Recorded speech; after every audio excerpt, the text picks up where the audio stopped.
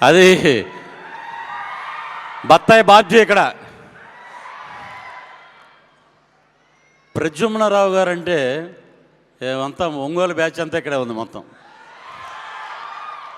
Music director Sai Karthik Ongole, producer గారు ఒంగోలు.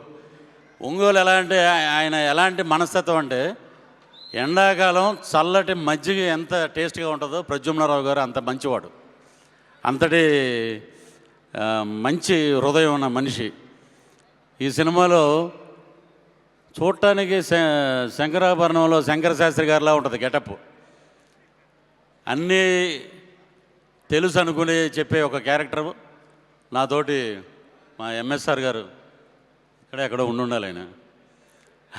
ఆయన రోజు అంటూ ఉండేవాళ్ళం, ఒక నక్సలైట్ పునరావాసంలోకి వస్తే రిలాక్స్ అయిపోతాడు కానీ ఈయన మటుకు రిలాక్స్ అవ్వడు, ఆ ఫైర్ అలాగే ఉంటుంది, మీరు రిలాక్స్ అవ్వండి నక్సలైట్ అండి అనేవాళ్ళం. సో ఎంఎస్ఆర్ గారు మరలా మా లక్ష్మీ భూపాల్ గారు ఆ డైలాగ్స్ ఆ డబ్బింగ్ చెప్పించేటప్పుడు కూడా ఇది ఈ వాయిస్ ఇది కాదండి వేరే రకంగా చెప్పిద్దాం అని చెప్పి ఈ సినిమాలో పాటలు కానీ మురళీ శర్మ గారు, అలాగే మా జాకీ గారు, మా ప్రభు, ఇంకొక ఆయన ఉన్నాడు ప్రభాకర్, బాహుబలి ప్రభాకర్, మేమందరం కాంబినేషన్లో వచ్చే సీన్స్ చాలా బాగా వచ్చినాయి. సో దీంట్లో ఒక డైలాగ్ ఉంది, అది అందరికీ ఉపయోగపడే డైలాగ్. అది దరిద్రుల్ని ఎవరూ బాగు చేయలేరు, దశగలవాడిని ఎవరూ ఆపలేరు. That is 30 years industry. ఇలాంటి డైలాగ్స్ ఈ సినిమాలో చాలా ఉన్నాయి.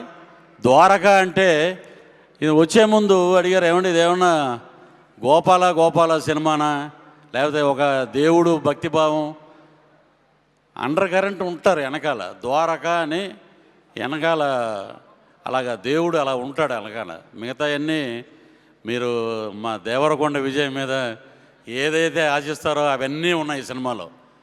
అద్భుతంగా ఈ సినిమాని మలిచినటువంటి డైరెక్టర్ గారికి, మా శ్యామ్కే నాయుడు గారు ఈరోజు రాలేదు, ఆయనకి, ప్రద్యుమ్నరావు గారికి, అలాగే ఈ మిగతా నాకు తెలియవండి. ఆ టైఅప్ సూపర్ గుడ్ ఫిలిమ్స్ అధినేతలు వాళ్ళ ముద్దు మాట్లాడటం కూడా ఒక అదృష్టమే. అలాగా అందరి మంచి వాళ్ళ కలయికతోటి సినిమా రూపొందింది. సినిమా ఘన విజయం సాధిస్తుంది. ఎందుకంటే ఈ సినిమా మొదలుపెట్టిన రోజున తెల్లవారుజామున 3 గంటలకి వాళ్ళ ఆఫీసులో ప్రద్యుమ్నరావు గారు లక్ష్మీ నరసింహస్వామి భక్తుడైన యాగం చేసి సినిమా మొదలుపెట్టారు ఫస్ట్ షాట్. దానికి నేనే ప్రత్యక్ష సాక్షి. సో నేను కూడా మా బాలయ్య గారి ద్వారా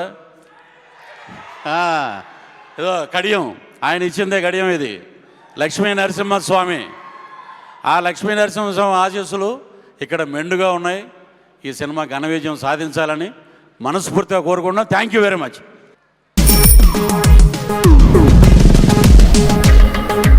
ప్రపంచంలో ప్రతి ప్రేమ కథ మధురంగా ఉంటుంది, మనది మనకు మరీ అద్భుతంగా ఉంటుంది. నా ఫీలింగ్స్ ఎక్స్ప్రెషన్స్ అన్నీ పేపర్ మీద రాసి తనకి ఇస్తాను రా. అవసరమా రా ఇదంతా? ఇన్ఫాచ్యువేషన్ రా. రే, అమ్మాయిని చూసిన వెంటనే అలా